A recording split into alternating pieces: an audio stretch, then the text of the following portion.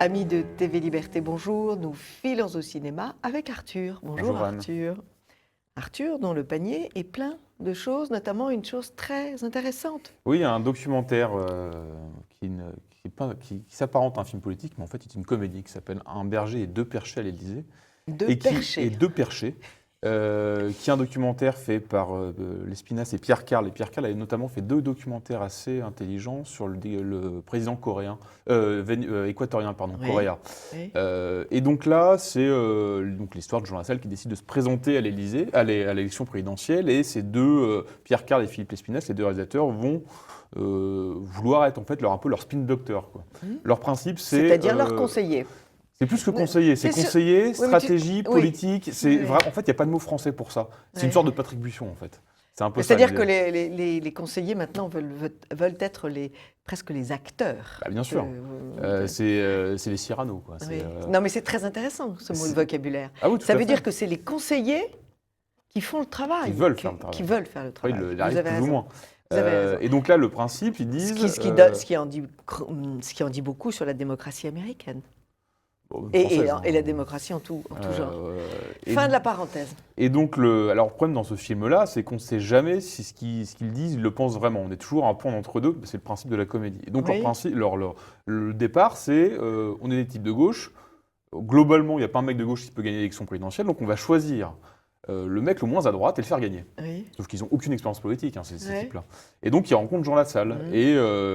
Et donc, voilà, c'est l'histoire de cette campagne qui, au départ, Jean Lassalle a dit « Ok, je prends, parce que comme je ne suis pas médiatique, comme je n'ai pas d'argent, ce film-là, je serai le seul candidat présidentiel à avoir un film au Cinoche, parce que Oui. ce film devait sortir à l'entre-deux tours. Ah oui. Mais avec tout ce qu'a fait Lassalle pendant la campagne, notamment son séjour en Syrie et Bachar al-Assad, en disant que Bachar n'avait jamais rien fait, les mecs de gauche, c'est pas possible. Donc finalement, c'est remisé, et puis ils le sortent aujourd'hui comme documentaire. Ah oui. Alors, ça commence comme un documentaire assez formel, c'est-à-dire qu'on est sur la fin, dans une caméra un peu intimiste, qui raconte Jean Lassalle et tout, qui montre un peu les coulisses de Jean Lassalle. Et en fait, ça s'apparente à, je ne sais pas si vous vous rappelez, ce documentaire qui était assez bon, qui s'appelait Le Président, sur Georges Frêche, qui était un vrai bon documentaire, mais qui pour le coup, était un film politique. Exactement. Là, on est un peu dans le même principe. Sauf que Jean Lassalle, les apartés, c'est quand même beaucoup plus drôle que Georges Frêche. Jean Lassalle, il crève l'écran. Déjà, et en plus, ce qui est vraiment amusant, c'est qu'ils vont jouer la carte à fond, c'est-à-dire que les réalisateurs se mettent en scène aussi, et le film va être en fait cette rencontre improbable entre deux gauchistes et le berger enraciné, qui vont absolument lui faire passer son idéologie, et lui, le berger béarnais enraciné, il n'y a rien qui passe, quoi. Et donc, ils vont se battre pendant tout le film comme ça. Et il y a vraiment des moments savoureux, il y a des trucs très drôles. Après, encore une fois, on ne sait jamais si c'est vrai, s'ils le pensent vraiment, si Lassalle joue son rôle, si eux jouent leur rôle. Mais en tout cas, c'est un documentaire où on rit beaucoup. Je trouve que tout ce qui met en valeur Jean Lassalle, c'est très bien. Oui, il a une image. Après, qu'on voit dans le film, c'est pas grand-chose, quoi. Je veux dire, sa ligne politique et sa campagne, c'est de dire, il le dit, alors je mets des guillemets, c'est voter pour moi parce que vous allez vous faire enculer. Il le dit, il fait les marchés comme ça. Bah, je trouve que, si vous voulez, c'est très resserré, Ouais. mais c'est assez exactement ce que je pense. Oui, sauf qu'il propose quoi?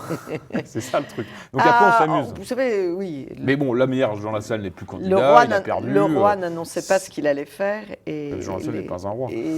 Et oui, mais Pas un enfin, Capétien, quoi. oui, mais enfin, je veux dire, les promesses n'engageant que ceux qui les écoutent, le type qui nous fait des promesses, qui est élu et qui fait le contraire de ses promesses, je veux dire, Oui, n'a non, rien à mais- dire. Le système n'a rien à dire. Je suis d'accord. mais il Jean a pas Lassalle plus- est une personnalité. C'est une personnalité qui représente C'est- quelque chose. C'est un gars qui, je suis désolée, ne se trompe pas souvent dans ses Il expressions. dit pas grand-chose non plus. Hein. Il dit pas souvent à l'Élysée. On le voit d'ailleurs dans ce truc-là. À Et l'Assemblée, j'ai envie de dire, c'est presque le premier gilet jaune. Il a marché. Oui, il a fait son Tour de France. Il a fait son pour Tour aller à de la rencontre France. des gens. C'est presque. Oui. Il Non, est mais allé de rond-point c'est en un- C'est rond-point. un enraciné, il n'y a pas de doute là-dessus. Ouais. Il est enraciné, ça se voit, on le voit Oui, dans son film. ne serait-ce que cette idée-là, c'est prodigieux. Oui, mais c'est pas une idée d'être enraciné, c'est un comportement. Oui, bon, cette idée que l'enracinement est nécessaire à notre Ah oui, ça vie. je suis d'accord, mais c'est pas On est un d'accord. politique. Oui. Mais voilà, en tout cas, on rit beaucoup. Je vous raconte juste Bon. une anecdote parce que le principe de ces types-là, c'est absolument leur faire rentrer des mecs de gauche. Ils pensent même à dire on va faire rentrer Correa, le président équatorien qui est plus président, comme Premier ministre, mais on lui dira qu'à la fin qu'il c'est un type de gauche. Et donc, ils organisent une rencontre improbable entre Philippe Poutou et Jean Lassalle dans un aéroport. Et donc la caméra suit Lassalle qui sort d'une boutique, qui tombe sur Poutou. Poutou lui dit ah monsieur Jean Lassalle. Donc lui il tombe dans les bras, il lui fait des bisous, gna gna. Puis à la fin il dit bon excuse-moi mon petit gars, faut que je parte. J'ai rendez-vous avec Poutou là-haut. Voilà, ces gens-là, c'est quoi. C'est-à-dire qu'on ne sait pas ce qu'ils pensent, on ne sait pas qui voit, ils ne connaissent pas les types. Et c'est que des scènes comme ça, complètement burlesques. On est vraiment dans de la comédie, quoi. Bon, C'est très amusant. à voir. À voir. Et, Alors, et ensuite il faut qu'on parle un peu de Rocky. Pourquoi Rocky? Parce que Rocky, c'est quand même le personnage de cinéma qui a le plus grande longévité aujourd'hui, 42 ans. Oui. Vous aimez pas Rocky? Moi, j'aime beaucoup Rocky. Aujourd'hui, c'est Je, Creed je 2. vous avouerai que je n'ai jamais vu aucun Rocky, donc Alors, j'avoue ma faute. Ce qui est intéressant avec ce film-là, avec ce personnage-là, c'est que c'est le copier-coller de Sylvester Stallone. Stallone, quand il fait son premier Rocky, c'est un acteur de seconde zone. Il lui reste plus rien. Oui. Rocky, c'est un boxeur de seconde zone qui a rien. On lui propose d'être champion du monde. Stallone, lui, il a un scénario qu'il écrit, il tourne un film en 28 jours, il ramasse les Oscars, le public, et son film est bon. Et après, il devient fou, il devient mégalo, tout ça. Et là, on est sur un spin-off. Encore une fois, c'est un mot anglais parce qu'il n'y a pas d'autre mot aussi simple, aussi direct pour dire ça. C'est-à-dire qu'on est dans une franchise qui prend un personnage secondaire pour faire une deuxième série, pour lancer la série. On est sur le deuxième épisode de ce spin-off, qui est en gros le fils d'un des anciens combattants de Stallone. Le premier, on s'était dit, ils font ça juste pour l'argent. Et en fait, on a eu une bonne surprise, c'était un bon film. Celui-là pêche un peu, donc voilà, c'est bien parce qu'on prolonge la vie de Rocky, et a priori c'est son dernier, mais le film n'a pas grand intérêt. Bon. Un autre film qui est sorti, Forgiven, de Roland Joffé, qui raconte, vous savez, en 1994, à la fin de l'apartheid, quand Nelson Mandela nomme l'archevêque Desmond Tutu président de la commission Vérité et Réconciliation. Donc ça raconte ce passage-là. Roland Joffé, c'est quelqu'un qui aime les grandes causes, le pardon, c'est Eric, sa filmographie, c'est lui qui a fait Mission, c'est lui qui a fait La Déchirure. Mais c'est vrai que depuis quelque temps, le réalisateur franco-britannique a un peu perdu de sa superbe. Ce film-là confirme qu'il n'est plus vraiment à la page. On est vraiment dans le mauvais années 80, c'est-à-dire tout ce qui est un peu didactique, emphatique. Et donc, quelle est l'histoire?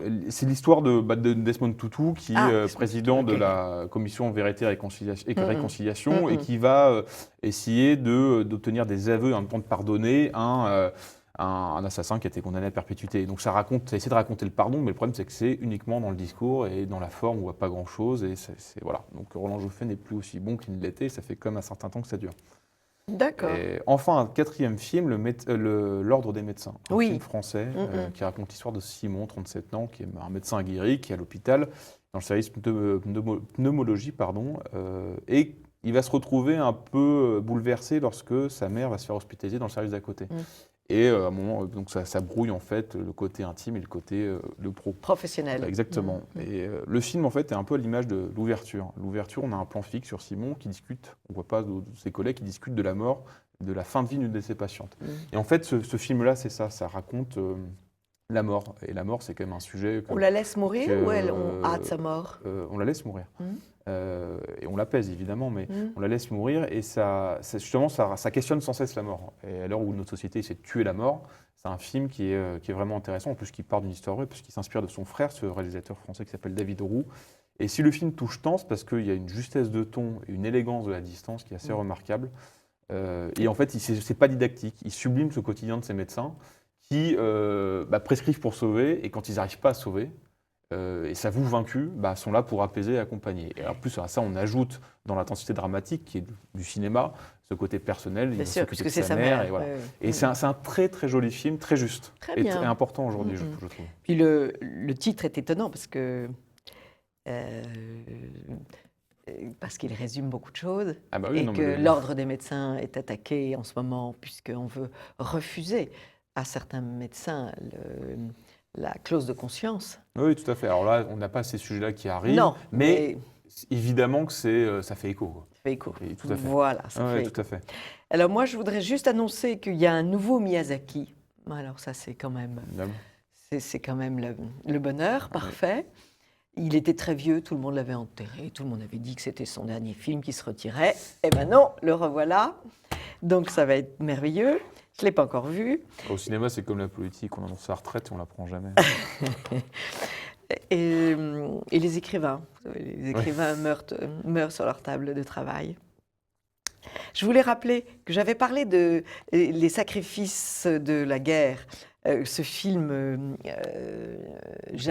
américain qui est en fait un film sur la guerre entre les Japonais et les Chinois, l'invasion japonaise en Chine en 1937. Très très bon film, avec un héros magnifique, pas un voyou, mais enfin un petit gars bien sympathique, et qui va assumer le rôle de héros. Il va sauver des orphelines dans des petites pensionnaires d'un couvent catholique chinois. C'est un très très beau film à voir en famille. Et en fait, je ne vous avais pas dit que c'est TF1 qui l'avait fait, ou distribué en France, mais c'est aussi distribué par Sage Productions. Et puis, j'ai vu Pidouze sous le ciel de Rome. C'est réalisé par Christian Buguet, c'est celui qui a fait tout simplement Le sac de billes et Belle et Sébastien 2. Et c'est en fait, je croyais que c'était une biographie de Pidouze. Non, c'est juste l'action de Pidouze pour les Juifs de Rome. Et c'est bien sûr très très intéressant. On voit une scène extraordinaire. Pidouze sort du Vatican parce que Rome vient d'être bombardée par les Américains. Et donc les Romains sont désespérés. Et il est agrippé par la population. Il descend de sa voiture, il est agrippé par la population. Et il a ce geste extraordinaire de tendre les mains vers le ciel et de s'en remettre à Dieu. C'est une très très belle scène. Et puis il y a un film aussi sur Paul VI, mais que je n'ai pas encore vu. Et tout ça est produit par Sage. Voilà. Formidable. Merci beaucoup. Merci à vous, Anne. Arthur. Chers amis de TV Liberté, à la semaine prochaine.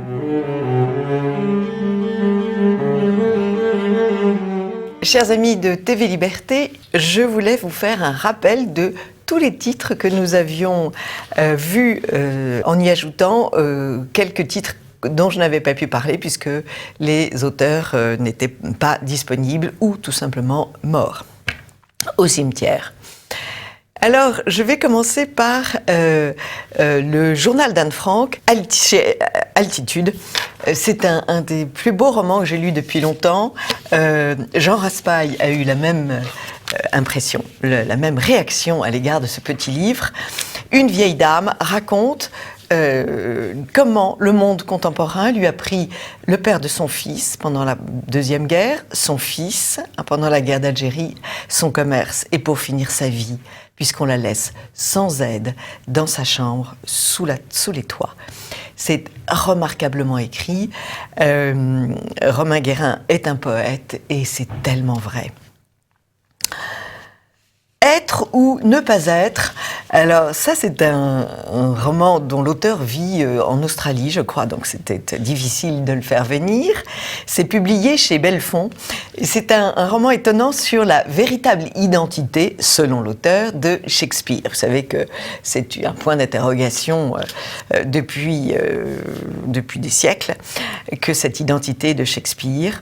Et pour l'auteur, Shakespeare serait le savant Francis Bacon. C'est une chevauchée à travers le siècle d'Élisabeth Ière en France et en Angleterre. Ça se dévore, c'est extrêmement intelligent et on a envie d'y croire.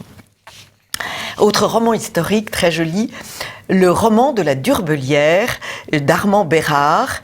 Le Lys et le Lin édition. Il en est à son 3e tome de la vie de la famille de Rorthais. C'est une famille aristocratique du Poitou dont les membres vont subir de plein fouet les violences révolutionnaires et la jalousie évidemment de leurs proches voisins. C'est un roman historique plein très charnel, beaucoup de sons et de parfums se répondent et ça donne une très très bonne idée de cette atmosphère pré-révolutionnaire et révolutionnaire. Évidemment, dans le même ordre d'idées que le livre de Reynald Secher, Le miroir sans retour, aux éditions du Rocher. Reynald Secher a trouvé l'étonnante confession d'un ami du marquis de la Rouërie, qui devient le traître parfait, puisqu'il est médecin attaché à la personne du grand chef Chouan, et il va le trahir. C'est historique, c'est extrêmement prenant, et là aussi très très réaliste. Une biographie, celle de Giraudoux, dans la collection Qui suis-je de chez Pardès. C'est Jacqueline Blanc-Carcassou, pour les amoureux du théâtre de Giraudoux. C'est tout à fait percutant. Jacqueline Blanc-Carcassou a cette habitude, puisque ce n'est pas la première biographie que nous vous présentons, elle a l'habitude d'aller absolument au cœur des personnages et ça les rend encore plus vivants. Je vous ai proposé un voyage en Chine avec ce livre qui s'appelle Le Petit Miroir, de Shanghai à Paris. C'est un destin chinois de Cheng Lunian, chez Buchet-Chastel. C'est un ancien garde rouge qui témoigne du pouvoir de l'idéologie. Toute ressemblance avec notre bonne France est évidemment impossible. Un livre de combat, Réflexion sur la création théâtrale en France, aux éditions de l'Harmattan. C'est Jean-Pierre Pélaès, qui est un metteur en scène, qui raconte les dérives de la création théâtrale, copinage, subventions et propagande. Un livre encore d'histoire, c'est Jacqueline d'Auxfoy, qui est cette romancière qui en est à son 30e ou 40e roman, qui, avec un art consommé, raconte la vie du grand roi David, l'auteur des célèbres psaumes, et de son péché, qui a pour nom, vous le savez, Bethzabée. Une anthologie de textes de Léon Bloy, qui est rassemblée par Frédéric Chassagne. Léon Bloy, le contemplateur. C'est aux éditions Artege. C'est une grande plume et ses critiques sont extrêmement actuelles sur notre monde. Un autre livre de Léon Bloy, Exégèse des lieux communs, et là c'est publié chez Rivage. Un livre, un roman très intéressant et bien sûr très réel, c'est En rouge et noir. C'est le livre de Aude Mirkovic aux éditions Scolae. C'est le récit romancé d'une bataille juridique pour faire cesser le commerce d'enfants. Deux femmes qui sont amies dans la vie s'unissent pour pénétrer dans un réseau de trafic d'enfants et pour le faire tomber. Un livre d'histoire très beau, il est venu plusieurs fois à ce micro, c'est Rémi Husseil et il traite cette fois Rolandin. Rolandin, eh bien, c'est l'enfance du petit Roland, dit de Roncevaux, neveu de Charlemagne. C'est un récit en vers, magique, et qu'on lit avec une grande facilité. C'est un récit d'une grande poésie, d'une grande efficacité littéraire et historique. On ne lâche pas le livre. Les illustrations avec des enluminures d'époque sont magnifiques et le public peut être les enfants comme les grands. Un livre très intéressant, tellement bien écrit, En terrasse avec Cicéron de Jacques Trémollet de Villers aux éditions Les Belles Lettres. C'est une brillante conversation entre avocats, par-dessus les siècles, sur une terrasse en Corse. Le goût des myrtilles de Jean-François Thomas aux éditions Via Romana. Il n'est pas encore venu, il va venir. Le récit de la situation des enfants, sujet de la mission de Jean-François Thomas pendant des années. C'est une critique acerbe du monde contemporain vue par un missionnaire aux Philippines, puisque l'un des enfants va être adopté en France et il voit notre monde tel qu'il ne va pas. Un livre dont l'auteur ne pourra pas venir, il habite au Canada et j'ai raté son passage en France. Le Journal de la peste, Michael O'Brien aux éditions Salvator. Alors, c'est donc un roman canadien extrêmement prenant qui révèle ce que beaucoup n'ont pas encore compris, la volonté totalitaire de certains de changer l'homme.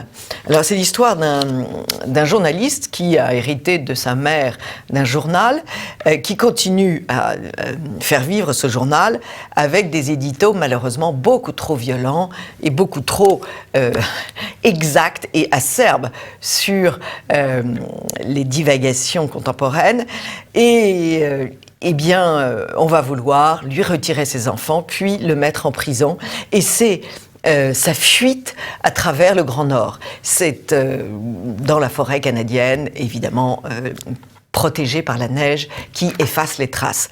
C'est un livre extrêmement prenant qu'il faut lire à tout prix. Je vous ai parlé du Miroir sans retour, un autre livre, une autre biographie, un Russe nommé Poutine, d'Elena Perrou aux éditions du Rocher. Tout ce que vous ne trouverez pas dans les médias français, raconté par une Russe qui connaît et aime évidemment son pays et son président, dont elle ne fait pas un dieu, mais qui explique qu'il est un Russe parmi d'autres et qu'il ne faut pas oublier son enfance pendant la guerre et dans l'immédiate après-guerre en Russie, ce que nos pauvres intellectuels élevés dans la soie et le coton ne comprennent absolument pas, parce que évidemment au quartier latin, à part les pavés de mai 68, ils n'ont connu aucune autre tragédie. Les mirages des valeurs de la République, c'était Bernard Gantois chez Via Romana, une critique implacable des valeurs dont on nous rebat les oreilles 24 heures sur 24. Je vous ai apporté un petit texte amusant trouvé sur F de Souche par un de ces multiples commentateurs qui ont souvent l'esprit extrêmement affûté à propos de, vous savez, la violence intolérable des Gilets jaunes. Et l'un d'entre eux, auquel je vais donner son nom, puisqu'il s'appelle Richels Dorfit, voilà ce qu'il écrit. « C'est quoi l'ordre républicain ? Les noyades de Nantes ? Les mariages républicains ? L'extermination de la Vendée ? Les canonnades de Lyon ? Les fusillades de la rue d'Ilsley ?» Je trouve qu'il voit assez juste. Alors, à propos de la rue d'Ilsley, je vous propose les livres de Jean Monneret, Histoire cachée du Parti communiste algérien. C'est chez Via Romana. Et Jean Monneret revient sur l'affaire Audin et les violences terroristes. Je vous ai proposé aussi le dictionnaire de l'épuration des gens de lettres. C'est un livre qui a été édité à Genève par la librairie Champion. C'est un livre qu'on trouve chez Galignani, qu'on trouve aussi sur Internet, je crois. Jacques Boncompin, qui relate toute l'indignité de l'épuration en milieu littéraire, qui continue toujours aujourd'hui. La vie d'un autre épuré, c'est Pierre-Antoine Cousteau. Via Romana a publié son journal quand il était en prison, et ça s'appelle Intramuros. C'est un prisonnier bien évidemment brillantissime, c'est un ancien rédacteur de Je suis partout, et c'était le frère du commandant Cousteau. Je vous conseille aussi Demain la dictature. Il est venu très récemment, Philippe Bornet. C'est aux presses de la Délivrance. C'est une approche très originale de ce thème en des temps où la démocratie devient bègue et menteuse. Toujours à propos de l'Algérie, Pardès nous propose la biographie de Bastien Thierry. L'auteur, Olivier Serre, habite au plein centre de la France et n'a pas pu venir. C'est une toute petite vie, mais c'est un livre extrêmement précieux. C'est toute petite vie, donc chez Pardès, en 130 pages, d'un surdoué, polytechnicien, ingénieur, qui organisa l'attentat du Petit Clamart et sacrifia sciemment sa vie pour la France. L'auteur, qui a bien connu Bastien Thierry, est un fin lettré. Ce qui m'a étonné dans ce livre, c'est l'impression que le destin de l'éducation de Bastien Thierry l'amenait immanquablement au geste qu'il a fait. Parce que c'était comme cela, on ne renie pas sa parole et donc on va jusqu'au bout. De Gaulle a menti, laissé tomber les harkis et les pieds noirs. Il fallait donc passer à l'acte. Je vous conseille aussi, dans ce domaine, la biographie, enfin les souvenirs de Élie de Saint-Marc, que vient de publier la chaîne Histoire et Secours de France.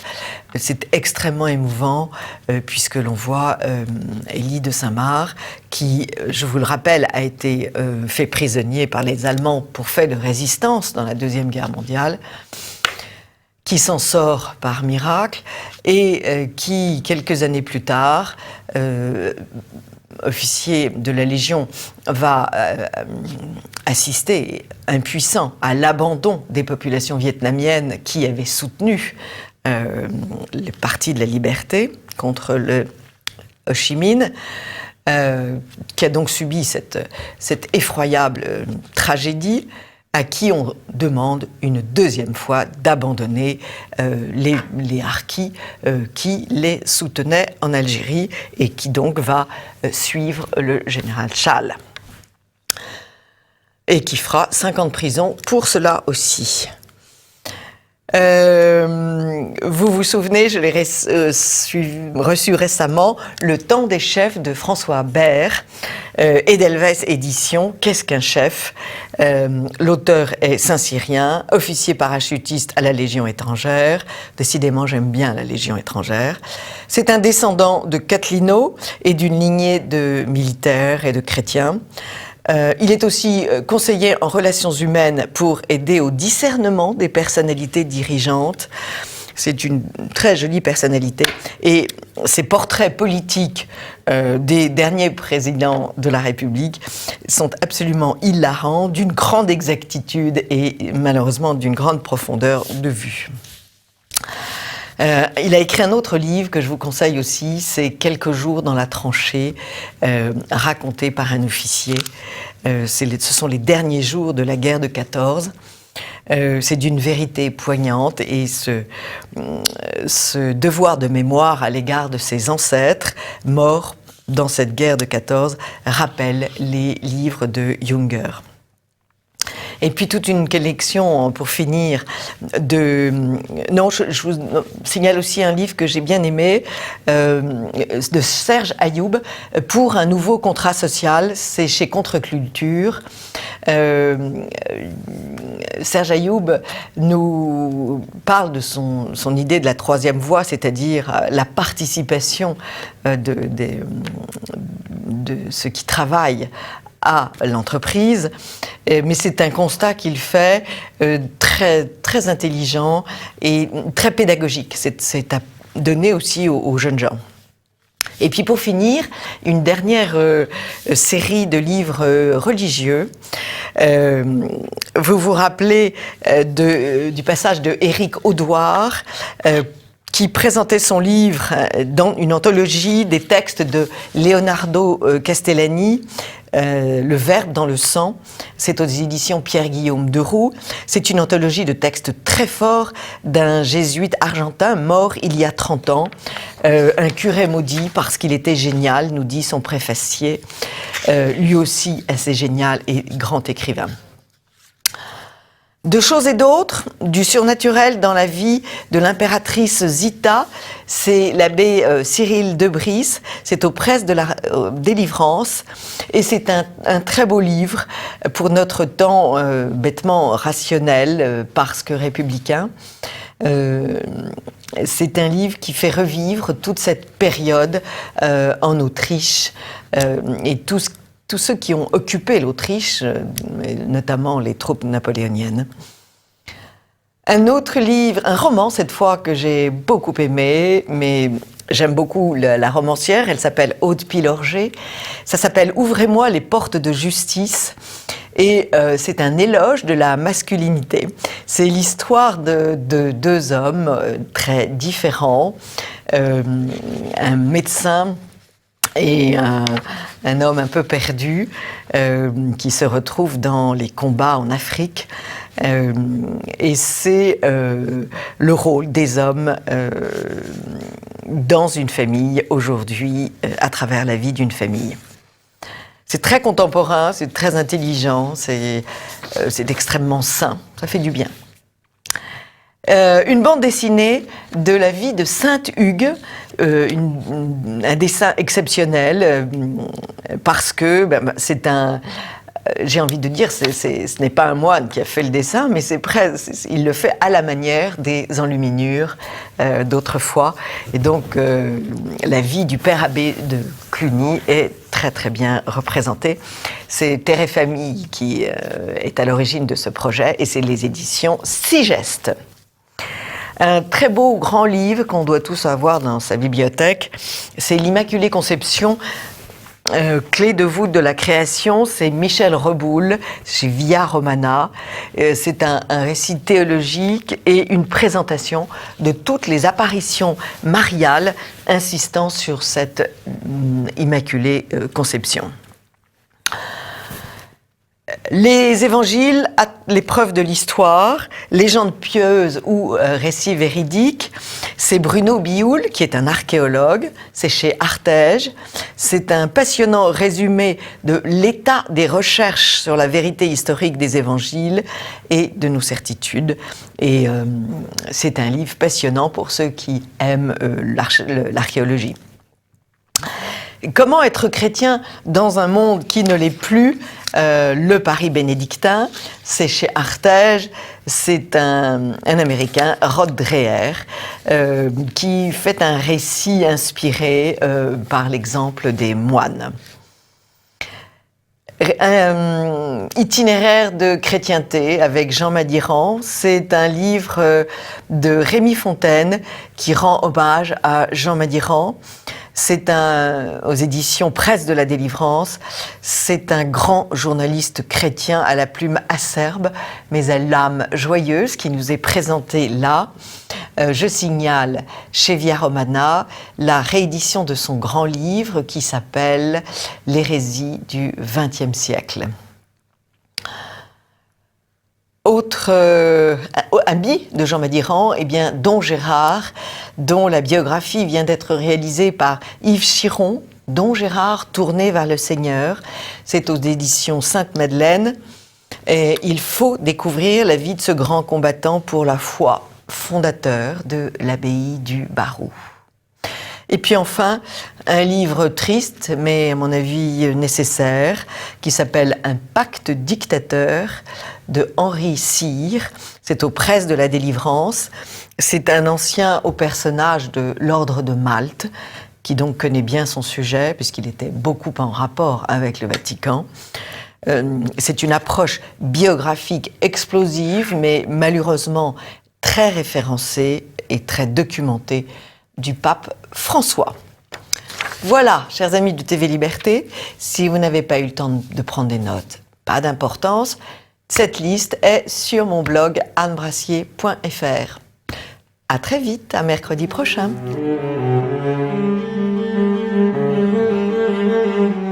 Amis de TV Liberté, bonjour. Pour cette rubrique patrimoine, nous allons souligner non pas cette fois les victoires, mais les dangers et les agressions. J'ai appris avant-hier que la cathédrale de Chartres allait être agressée par une dalle sur le parvis. Et j'ai à mes côtés Stéphanie Bignon, qui s'occupe aussi, elle aussi, de patrimoine, puisqu'elle a défendu l'église d'Anzy-le-Duc. Et donc, nous faisons cette émission toutes les deux. Voilà, qu'est-ce qui se passe à Chartres? Eh bien, vous regardez la photo et vous avez compris qu'il y a un mastaba, comme dit Adrien Goetz dans le Figaro. C'est un aménagement du cloître, qui n'est plus là depuis longtemps, un aménagement du cloître, et en réalité, ce projet qui est consultable sur le site de la mairie est si vous voulez, la cathédrale ne dominera plus l'étroite esplanade, elle sera emprisonnée par une dalle en pente, véritable ouvrage d'art qui tiendra du parking souterrain et du pont suspendu. C'est toujours Adrien Goetz qui le dit. Une entrée haute et lourde masquant la façade obligera le visiteur à passer par un centre d'interprétation avant de pénétrer dans l'édifice. Ce parvis qui se redresse en pente douce sur l'image monte jusqu'à plus de 4 mètres de haut. Alors, après Reims, on a mis à côté de Reims, sur la place de Reims, un énorme verrue, une médiathèque. Bien sûr, Rouen, qu'on a abîmé, que Le Canuet a abîmé, la grande cathédrale de Rouen. Après Saint-Denis, il y a eu un immeuble aussi construit tout près de la cathédrale. La cathédrale de Nevers. La cathédrale de Nevers, dont les vitraux ont été abîmés. Mais il n'y a pas eu de... C'est catastrophique. Mais il n'y a pas eu de construction à côté. Eh bien, voilà Chartres. Qu'est-ce que vous pouvez nous... Alors, tout de suite, nous allons expliquer, mais tout de suite, il y a une pétition. Donc, il faut vous taper pétition cathédrale de Chartres et vous pouvez agir, chers amis de TV Liberté. Qu'est-ce qu'on peut en dire On peut dire que vous avez raison de dire, Anne, qu'il faut avoir conscience que notre patrimoine, et en particulier le patrimoine religieux, est en danger. Et il y a une raison à cela, on pourrait en parler, mais la première chose dont il faut prendre conscience, c'est qu'on est tous, on doit tous enfourcher le cheval et partir pour défendre nos monuments. Donc participer évidemment aux pétitions, mais pas seulement. Il faut prendre conscience que ces décisions sont prises au sein des conseils municipaux, que ces conseils municipaux se tiennent dans chacune des villes et villages avec de façon très connue, avec une date, avec une heure, et chacun est libre de s'y rendre. Je tiens à le dire, parce que très souvent on me dit mais on peut aller à un conseil municipal? C'est pas qu'on peut, c'est qu'on doit. On doit, encore une fois, là où nous sommes vraiment compétents, le système s'est arrangé pour le ridiculiser, le rendre mineur dans notre vie. Alors le cacher. Et le cacher. Le cacher, il est non seulement, on peut aller à un conseil municipal, mais on doit. Il ne s'agit pas d'aller à un conseil municipal pour faire du tapage, comme le font eux, par contre, nos opposants, je dirais, politiques. Oui, il paraît que Robert Menard est obligé de filmer les séances du conseil municipal pour que l'opposition puisse les voir dans une autre salle, mais sans perturber le déroulement de la séance. C'est quand même incroyable. Absolument. Le déni de la démocratie mais total. Comme par hasard, nous, si de l'autre côté, oui, mais nous sommes très responsables. Oui, bien sûr. Pourquoi nous ne sommes pas plus présents dans les conseils municipaux?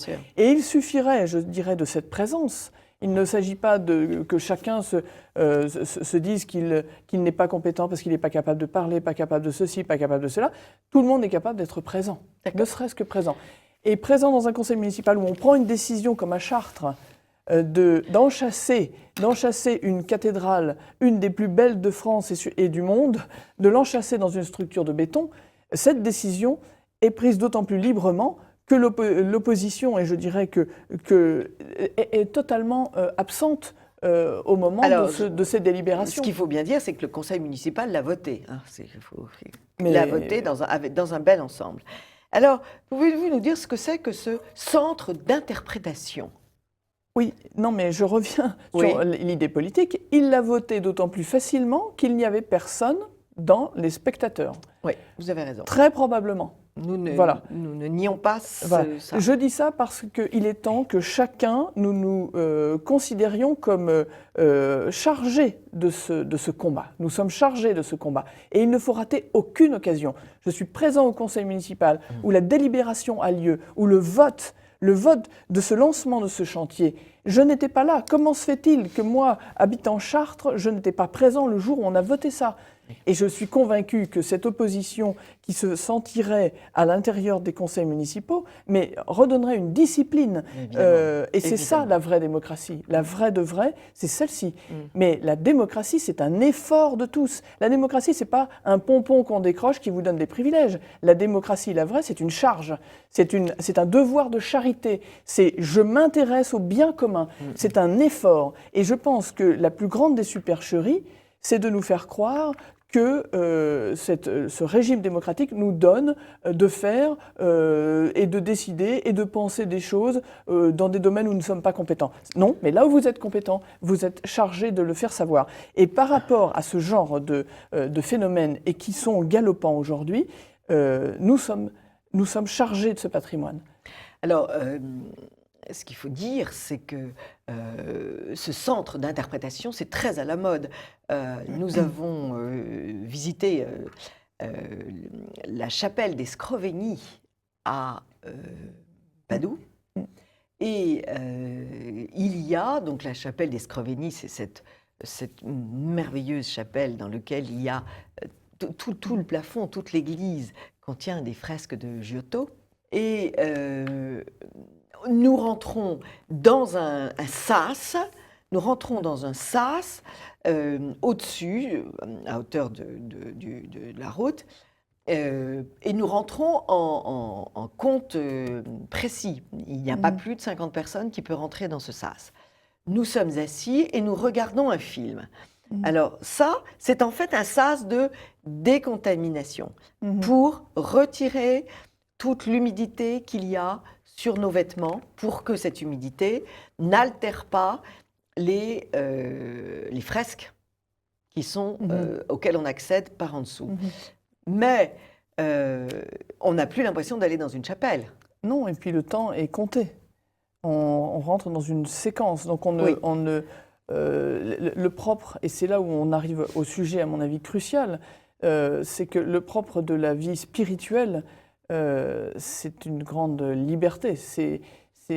On est dans une dimension qui demande la respiration et qui demande le temps nécessaire. Or, on ne peut pas respirer, il n'y a pas de temps, puisqu'on est dans une séquence. Vous avez raison. Mais pour la chapelle des Scrovegni, qui est quand même un petit miracle, connu mondialement, qu'on ne rentre pas avant d'avoir laissé s'évaporer son humidité, je trouve que c'est quand même quelque chose de précieux. Ça n'a pas été bien fait.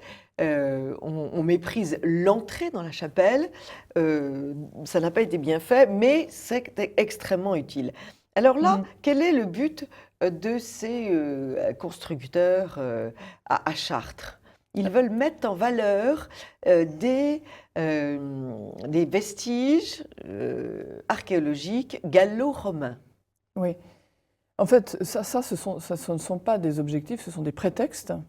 Premier prétexte, et on le voit déjà, on le note quand on a participé au pèlerinage de Chartres, on note que l'esplanade est déjà encombrée d'espèces de massifs, d'énormes vasques absolument informes et qui n'apportent rien aux paysages, mais qui par contre encombrent l'esplanade, le peuple d'être là. Les pèlerins, en l'occurrence, d'occuper l'espace devant la cathédrale. Donc on comprend très bien, on a déjà l'optique des gens qui dirigent et qui prennent les décisions autour de cette cathédrale n'est pas de faciliter la vie des pèlerins, c'est évident. Ce pèlerinage, qui, cela dit en passant, a un succès croissant. Et je peux comprendre, dans un système qui est... laïcard. Et surtout parce que laïcard, on a dit et on n'a rien dit. C'est un système qui consiste à asservir. Or, pour asservir, si je veux asservir, je dois faire en sorte, et on le voit bien d'ailleurs, ça va avec la dictature, c'est le culte de la personnalité, mais là c'est le culte de la République, c'est-à-dire que on doit faire en sorte que jamais de votre esprit il n'y ait une place pour autre chose que cette République. Or, qu'est-ce que c'est que Chartres? Chartres, on monte vers Chartres. C'est pas Pompéi, Chartres. Non. Chartres, c'est la Vierge. Exactement. On monte vers Chartres et on monte vers une meilleure connaissance de soi, on monte vers une spiritualité qu'on cherche toujours plus à approfondir. On ne descend pas. On monte vers la vraie liberté. Et quand on monte vers Chartres, on oublie la République. Je suis désolée de le dire, mais elle n'existe plus. Elle n'est plus là. J'aime et bien donc, quand vous vous c'est exprimez. dramatique. C'est dramatique. Vous n'avez pas honte, Stéphanie. Et donc, oubliez la République. Et donc, on est vraiment dans un système qui cherche à asservir, et pour asservir, il faut qu'il occupe totalement notre esprit. Et pourquoi ce système fait la chasse à notre patrimoine religieux? C'est parce que notre patrimoine religieux nous permet de sortir des contingences purement terrestres et de trouver quelque chose d'autre en nous, et en particulier notre humanité. Donc nous sommes dans un vrai combat fondamental en résistant à ces... Alors terminons avec les propos d'Adrien Goetz, que je trouve extrêmement rigoureux. Pavé de bonnes intentions, le mastaba pharaonique défendu par le maire sera un petit enfer patrimonial. Peut-être est-il encore le temps de tout arrêter. Donc, chers amis TV Liberté, pétitionner et transmettez cette pétition. D'autant plus que si Chartres, la mairie de Chartres a de l'argent à vendre, il y a une cathédrale et une église qui sont en état de détresse. J'ai nommé la cathédrale Saint-Pierre et l'église Saint-Aignan. Ils ont des fresques qui tombent, ils ont des sols qui sont fracturés. La pétition, chers amis de TV Liberté, c'est un excellent outil, mais ça n'est qu'un outil d'une stratégie. On est d'accord. Et donc, il n'est pas trop tard, parce que les travaux n'ont pas commencé. Oui. Eh bien, je dis qu'il faut occuper cette place. Nous sommes en pleine période de Gilets jaunes. Les Gilets jaunes, on est dans le même combat. C'est exactement le même combat. Nous refusons d'être asservis. Et nous avons besoin de cette puissance spirituelle. On est bien d'accord. Allons jusqu'à empêcher les bulldozers d'arriver, allons jusqu'au bout. Absolument. Ça ne doit pas être possible. On est bien d'accord. Alors, autre exemple d'une curieuse utilisation de l'argent public, parce que c'est quand même notre argent, c'est l'abbaye de Fontevraud. Nous sommes passés à l'abbaye de Fontevraud et nous avons été absolument sidérés par une exposition qui s'y déroulait, qui était une exposition qui s'appelait, pour ainsi dire, d'une clôture à l'autre. Et alors, tenez-vous bien, il compare la clôture d'un système conventuel, d'un monastère, avec la clôture des prisonniers. Et c'est une très vieille idée chez eux, parce qu'il y a 20 ans, j'habitais à côté de Fontevraud, j'emmenais tous les amis qui passaient par la maison visiter Fontevraud, et j'avais déjà repris une jeune fille, payée par le conseil régional, qui disait « cet endroit a toujours été une prison ». Pour un catholique, entendre ça, c'est quand même... on a envie de Mais ça rentre dans la même hurler que nous décrivions tout à l'heure. C'est-à-dire qu'on nous fait passer pour prison ce qui en fait nous élève et nous libère, voilà, pour mieux nous emprisonner. Alors, ces lieux sont des lieux sacrés. Ces lieux ont été en effet pris à la Révolution pour devenir une prison, et par la République, nous en sommes heureux, parce que sinon l'abbaye n'existerait plus. On eût aimé que la grande abbaye de Cluny connaisse le même sort. Ces pierres seraient encore debout. Donc, ce qui s'est passé il y a 20 ans maintenant est très bien théorisé. Donc, nous avons une exposition pour nous montrer que l'organisation d'une abbaye est la même que l'organisation d'un pénitencier. Mais le délire est très, très, très étonnant. voilà ce que... Période monastique ou période carcérale, la mise à l'écart et l'isolement sont des sanctions courantes, comme le montrent les graffitis de prisonniers sur les murs du mitard. La mise au cachot constitue la peine la plus sévère dans des conditions sanitaires qui peuvent causer la mort. J'ai jamais entendu dire que les religieuses étaient envoyées au mitard. Vous avez entendu ça? Non, non. Alors, je ne dis pas que toutes les abbayes étaient des lieux de grande sérénité. Il y a certainement eu des abbayes où les abbesses ou les abbés faillissaient à leur rôle. Mais il n'y a jamais eu enfin, il n'y avait pas de mitard. Et on continue. Comme les uniformes que revêtent aujourd'hui les détenteurs d'une autorité, par exemple les policiers ou les juges, les vêtements marquent les fonctions et les hiérarchies au sein de la communauté monastique ou carcérale. Enfin, on croit quand même délirer, mais délirer. Il y a de quoi être enragé. Alors, dans le jardin, nous avons droit à des jeux de cubes. Mais vraiment des jeux de cubes pour jardin d'animation pour enfants. Nous avons, c'est une femme qui appelle son œuvre Sous-bois. Elle s'appelle Élodie Boutry, il faut quand même le savoir. Elle est diplômée des Beaux-Arts de Rouen et elle nous fait des cubes ou des... Alors, il y a tout de même de temps en temps une petite... voilà, il y a des citations qui marque quand même bien l'intention négative. C'est un dicton, une adage populaire. Partout, qu'il pleuve ou qu'il vente, l'abbesse de Fontevraud a rente. Sous-entendu, l'abbesse est riche et elle tombe la laine sur le dos des gens du voisinage. Que les abbayes aient fait vivre toute une région, ça... occuper des indigents. Non. Alors, il y a tout de même une citation de Jean Racine qui élève un petit peu le problème. Nous sommes dans le prologue d'Esther. Du séjour bienheureux de la divinité, je descends dans ces lieux par la grâce habitée. Et tout de même assez beau. Et puis, un éloge de Gabriel de Rochechouart, qui a été célébré par tout le monde, y compris par Bossuet. Mais alors d'autres expositions, une espèce d'exposition dans la chapelle, une espèce d'exposition lumineuse avec des toiles d'araignée. Alors il y a deux choses. Il y a d'abord les barques. Les barques. Vous parlez de ce voyage en barque éclairé par des néons. Des néons rouges. Il y a des néons rouges, oui. Donc on voit tout de suite la symbolique. Oui. Alors là, un clin d'œil à Saint-Benoît et l'intégration architecturale la plus radicale que je n'ai jamais réalisée dans le domaine de la discrétion. Puis alors, on a un laïus à s'arracher les cheveux. Non, mais ce voyage en barque qu'ils nous font faire en plein cœur de cette abbaye, tout comme l'exposition temporaire dans les grottes. Dans les grottes. Dans les caves, en fait. Voilà, dans les caves. Eh bien, ce n'était que toiles d'araignée, vampires. Toiles d'araignée et vampires. Voilà. Tout à fait approprié à l'abbaye. Et avec des allusions au Christ absolument épouvantables. Satanique. Donc on est bien dans la recherche du désespoir. Donc de là à dire que c'est satanique, je franchis le pas.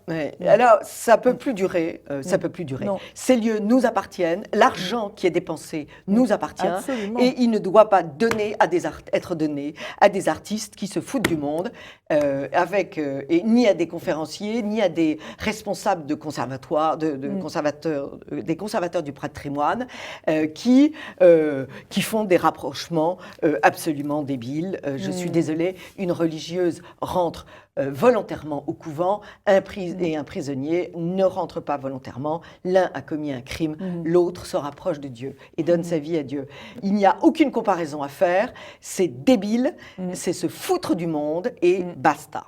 Voilà. Mais maintenant... Mais encore une fois, il faut écrire, exactement. Il faut aller vous rencontrer le préfet, le conservateur, il faut les enquiquiner jusqu'à la gauche. Encore une fois, il n'y a pas de petites actions. Non. Tout est important. Une simple présence à un conseil municipal, une participation d'autre part aux pétitions, des articles que l'on peut faire paraître dans la presse locale, se créer un petit collectif, faire appel à des associations comme Terre et Famille qui se met totalement à disposition des gens qui résistent. Voilà. Nous, on ne peut pas résister à la place d'eux, Non. mais on vous aidera à résister. Autre Voilà. nouvelle, le projet de la chapelle de Saumur, qui devait Oui, être absolument. transformé en levrette café, Mm. est pour l'instant arrêté. Mais pour une bonne raison, c'est qu'il y a eu énormément de bruit autour de cette affaire Oui. et que, comme toujours, quand le diable est dévoilé et démasqué,